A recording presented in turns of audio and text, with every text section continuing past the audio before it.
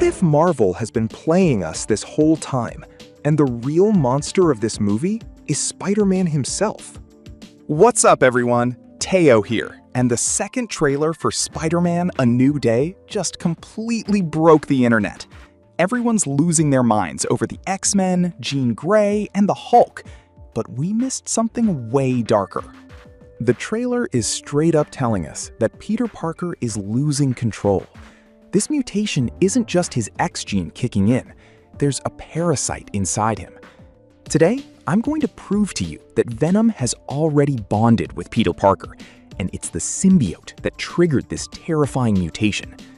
Stick around until the end, because this theory changes everything we know about Spider-Man's future in the MCU.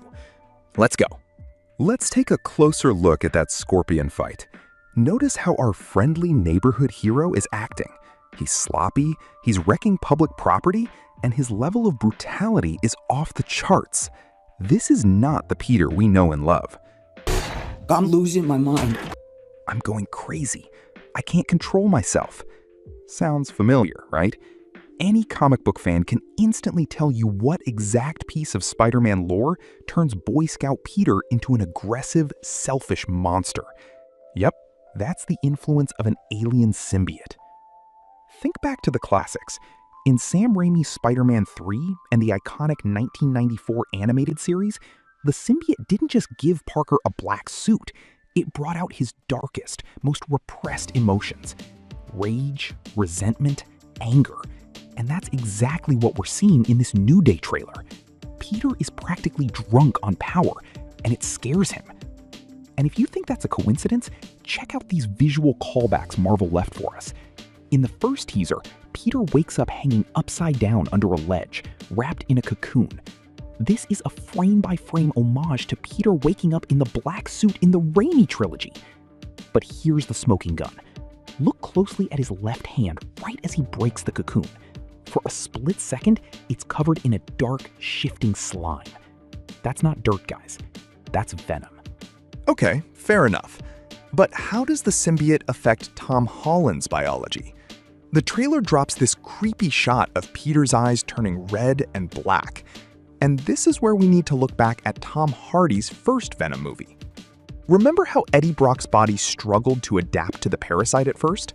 He was feverish, starving, and his eyes would randomly go pitch black. Peter Parker is going through that exact same biological hell right now. His body is trying to process alien DNA. And here's the ultimate clue the directors hid in plain sight.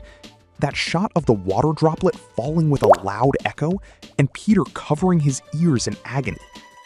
What is the fundamental absolute weakness of any symbiote?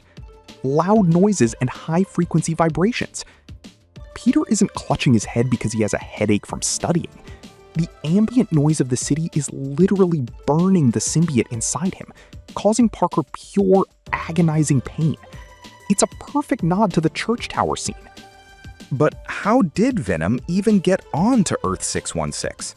I'm sure you all remember the post-credits scene in No Way Home.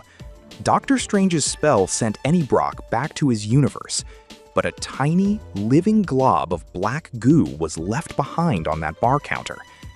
That piece of the symbiote was looking for the perfect host, someone with superpowers, and clearly it found Peter.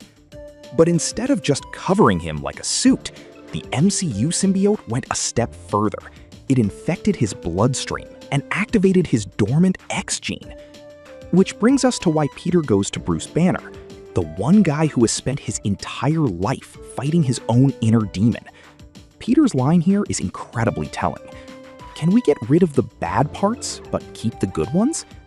See where this is going? Parker actually likes the new powers. He likes the organic webbing, the insane speed, and the raw strength his newly awakened mutation gives him. What he doesn't like is the intrusive voice in his head, the random bursts of rage, and this terrifying urge to break his enemy's bones.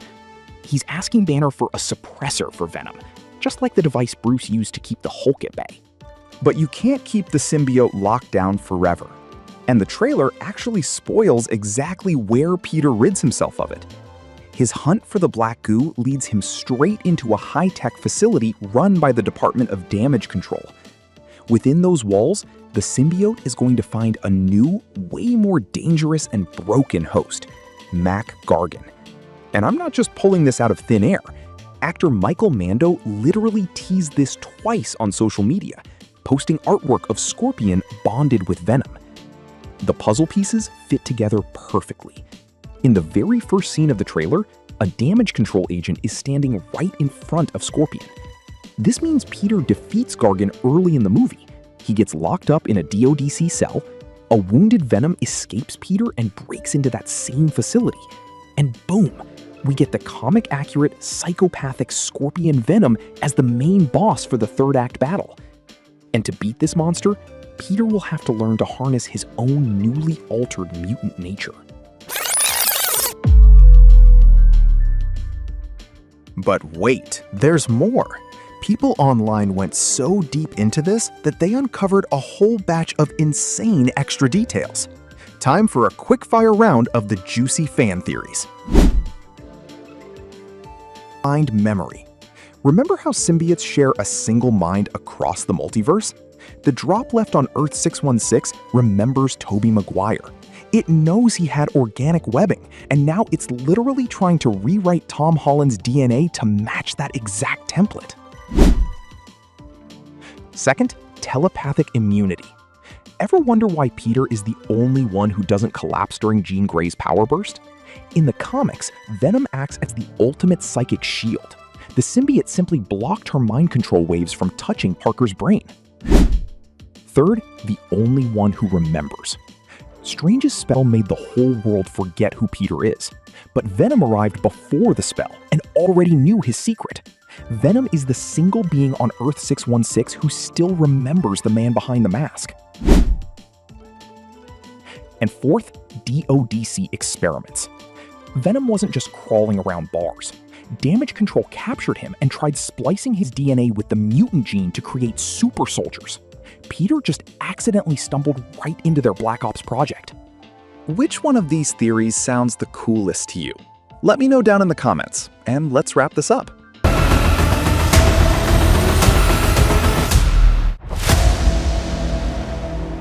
So what do you guys think?